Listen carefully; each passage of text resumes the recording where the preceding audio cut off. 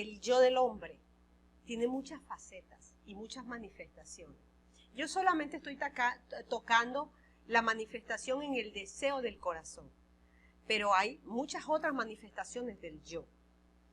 Por esa razón menciono que no se trata de lo que desea Ivonne. En este caso, mi nombre es Ivonne, yo me estoy refiriendo a mi persona como individuo, como esa persona donde mora Cristo, pero que yo también tengo un alma, tengo emociones, tengo deseos, tengo sueños, pero debo entender que por encima de todas esas cosas está Cristo morando en mí como el Señor y el Maestro.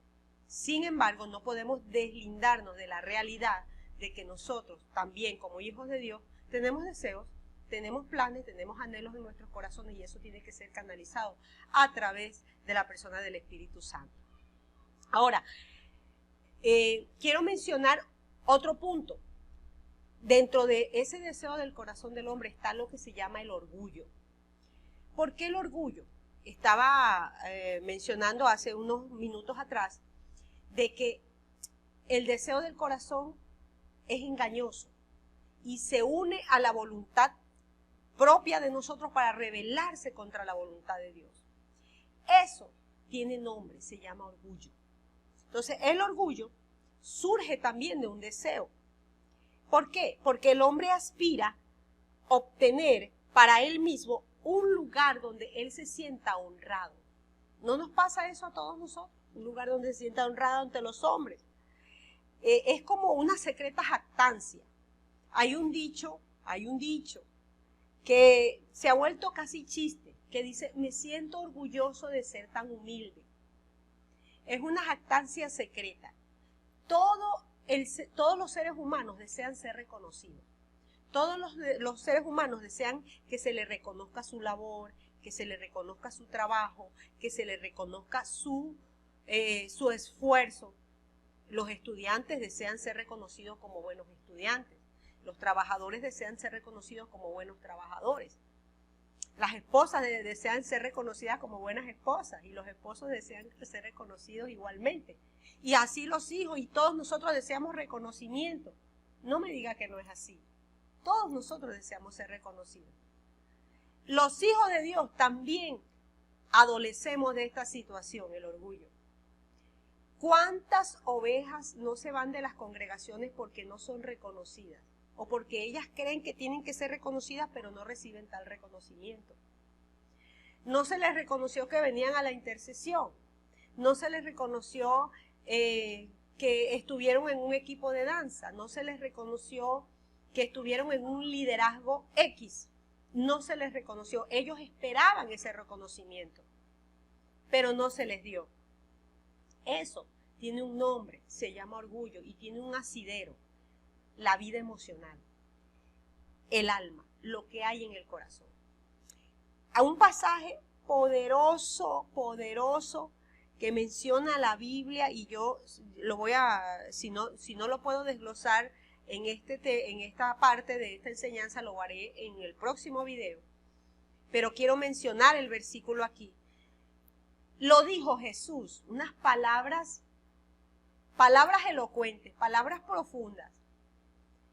Aprended de mí, que soy manso y humilde de corazón, y hallaréis descanso para vuestras almas.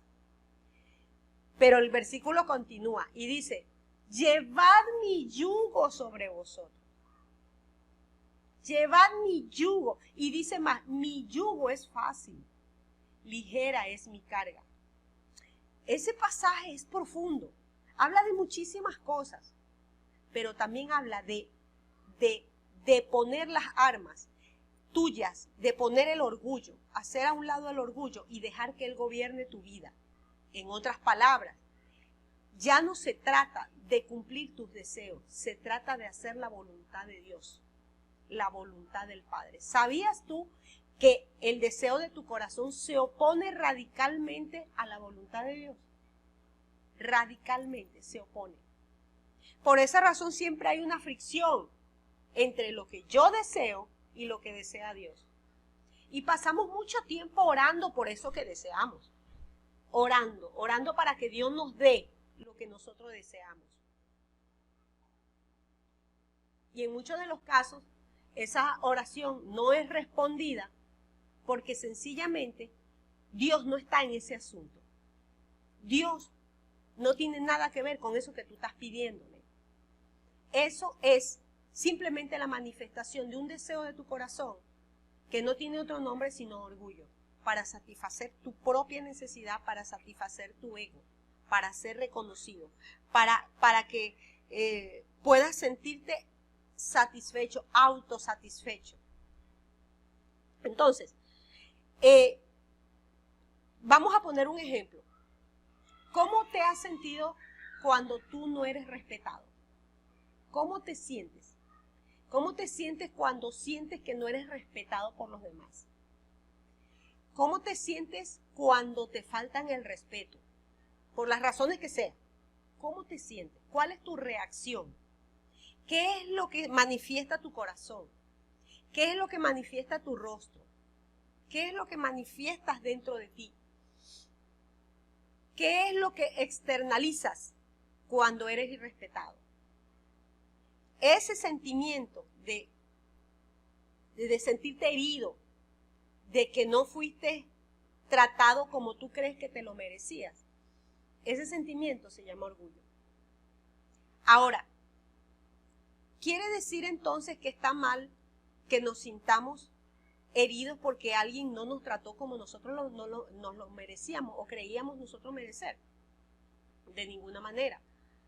Tú eres libre de sentirte como quieras sentirte. Lo que estoy tratando de decir aquí simplemente es puntualizar y aclarar que ese sentimiento que se manifiesta, esa incomodidad que se manifiesta porque no fuiste respetado como tú creías que debía ser, es una manifestación del orgullo. Y esa manifestación del orgullo se origina en el momento en que nuestros deseos no son concedidos, en que nuestros deseos no consiguen una respuesta, nuestros deseos no se hacen realidad. Y por esa razón es que se manifiesta el orgullo en nosotros. Entonces, todo tipo de ambición del corazón del hombre, de ser reconocido, de ser elogiado, de ser aplaudido, de ser reconocido, de que te den un botón, un reconocimiento físico tangible, una placa donde se reconozca los años de trabajo que tú has tenido en cierto lugar, en cierta empresa o institución o federación, o en una congregación. O sea, ese deseo, si no está motivado por un verdadero amor al Señor, ese deseo tiene su asidero en el orgullo, en el ego, en el yo, en el alma. Y ello se opone totalmente y radicalmente a la voluntad perfecta de Dios. Es importante que nosotros entendamos esto. ¿Por qué razón?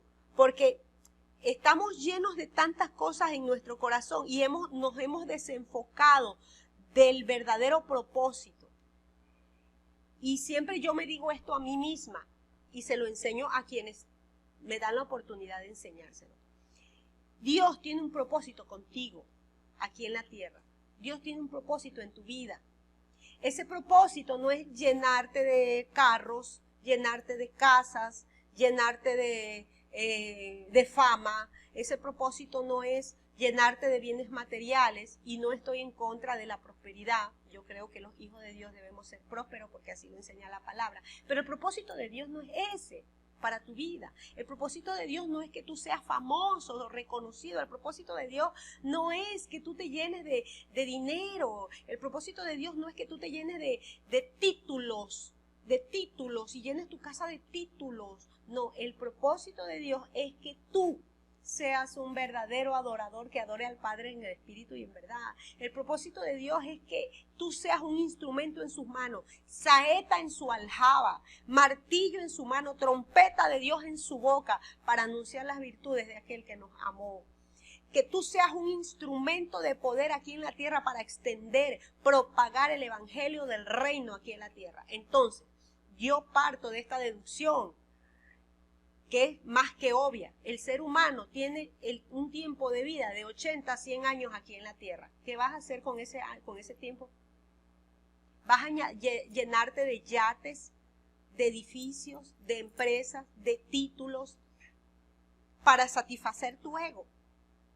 ¿O te vas a llenar de los placeres de esta vida, como leímos aquí en el pasaje sobre el cual estamos hablando, que dice, porque todo lo que hay en el mundo, los deseos de la carne, los deseos de los ojos, aquello que tus ojos te dicen que tú debes tener, los deseos de los ojos, la vanagloria de la vida, está hablando del deseo que tiene el hombre por las cosas de la vida, no provienen del Padre, no provienen del Padre, provienen del mundo. Entonces esos 80 años, esos 100 años, tú deberías aprovecharlos en cumplir el propósito de Dios. ¿Cuál es? Usarte en aquello que Dios te llamó. Hay gente que Dios la ha usado como instrumento poderoso para darle de comer a los pobres. Hay gente que Dios ha usado con el propósito poderoso de extender el reino de los cielos a través de señales, maravillas y milagros. Hay gente que Dios ha usado en la política para transformar gobiernos y para transformar sistemas de gobierno. Sí, hay gente que Dios la ha levantado para eso. Pero tú tienes que tener ese propósito y tienes que tener una causa. ¿Y cómo tú puedes saber cuál es esa causa y ese propósito en tu vida? Tú tienes que tener una relación con Dios. Tú tienes que tener una relación con el Padre. Y hacer a un lado tus deseos propios para darle lugar a la voluntad de Dios. No son tus deseos propios, es la voluntad de Dios, porque la voluntad de Dios, ¿qué dice el texto? Es buena, es agradable y es perfecta. Buena, agradable y perfecta, tiene esas tres características. Entonces, si ese deseo que tú tienes en tu corazón y tú quieres que Dios te lo cumpla, no es bueno, ni es agradable, ni es perfecta delante de Dios, eso no sirve. Es del mundo, es vanagloria de la vida, es un capricho más de nuestro ego, de nuestro interior. Entonces, ¿qué pasa? Me viene a la mente un eslogan que quiero compartirlo contigo, que dice de la siguiente manera: no engendres un Ismael, no sea que cuando sea grande sea el enemigo de Isaac. ¿De qué está hablando ese eslogan, ese dicho? ¿De qué está hablando? Que por tus deseos a veces tomas decisiones equivocadas. Una mala decisión, que luego se vuelve un gran monstruo, luego se vuelve un gigante. ¿Por qué tomaste esa decisión? Por el deseo del corazón, pero no fuiste dirigido por el Señor. Por tu deseo, tu deseo de reconocimiento, tu deseo de tener, tu deseo de lo que sea, tuyo. Pero Dios no estaba en ese asunto. Y luego de que eso se convierte en algo muy grande, difícil de derribar, viene contra ti. Tú no hayas que hacer. Por eso dice el dicho, no engendres un Ismael, es decir, no hagas cosas antes de tiempo, sin pensar. No sea que luego ese Ismael se vuelva un gigante y se vuelva enemigo de Isaac. ¿Quién era Isaac y quién era Ismael? Ismael representaba el hijo que no estaba dentro de la promesa de Abraham. E Isaac representaba el hijo de la promesa de Abraham. Entonces, allí te dejo ese eslogan. Entonces, ¿qué sucede? Nosotros queremos, el ser humano quiere hacer las cosas en su fuerza. Cuando hablo de orgullo me refiero a eso también. El ser humano quiere hacerlo en su fuerza. El orgullo te lleva a hacerlo en tu fuerza. Sí, yo lo voy a lograr, yo lo voy a hacer, yo lo voy a emprender, yo lo voy a resolver. Yo. En tu fuerza. Pero no ha sido dirigido por el Espíritu de Dios. ¿Tú sabes cuántas personas se sienten frustradas en la vida porque han tomado decisiones equivocadas? Hijos que se sienten frustrados porque han tomado decisiones equivocadas. Han cometido errores graves y por esa razón hay mucha gente en prisión, en las cárceles. Hay mucha gente que partió de esta tierra, murió antes de tiempo. Existen muchos eventos de femicidio, o sea, asesinato a mujeres. Y existen muchos homicidios, decisiones equivocadas. decisiones apresuradas. Siempre estamos con la prisa, y en alguna oportunidad yo tendré tiempo para compartir ese tema de la prisa, estar apresurado. Porque el tiempo de nosotros no es el mismo tiempo de Dios. El tiempo de Dios es eterno, Él es eterno, Él no tiene prisa. ¿Sabes? Quiero dejarte este pequeño pensamiento dentro de este tema tan extenso. Dios no, deja de apresurarte. Tú que me estás oyendo, deja de apresurarte, no tengas prisa. Dios no tiene prisa. Dios no tiene prisa. Dios toma las cosas con calma, porque por encima de querer Dios darte un carro, darte ropa, darte bienes materiales y tangibles, por encima de todo eso, ¿sabe qué quiere Dios? Tratar con tu corazón, y que todo aquello que no sea del Señor, que te hace daño a ti mismo, porque eso no le hace daño a Dios, te hace daño a ti mismo, Dios lo quiere desarraigar. Y para hacer eso Dios se toma su tiempo.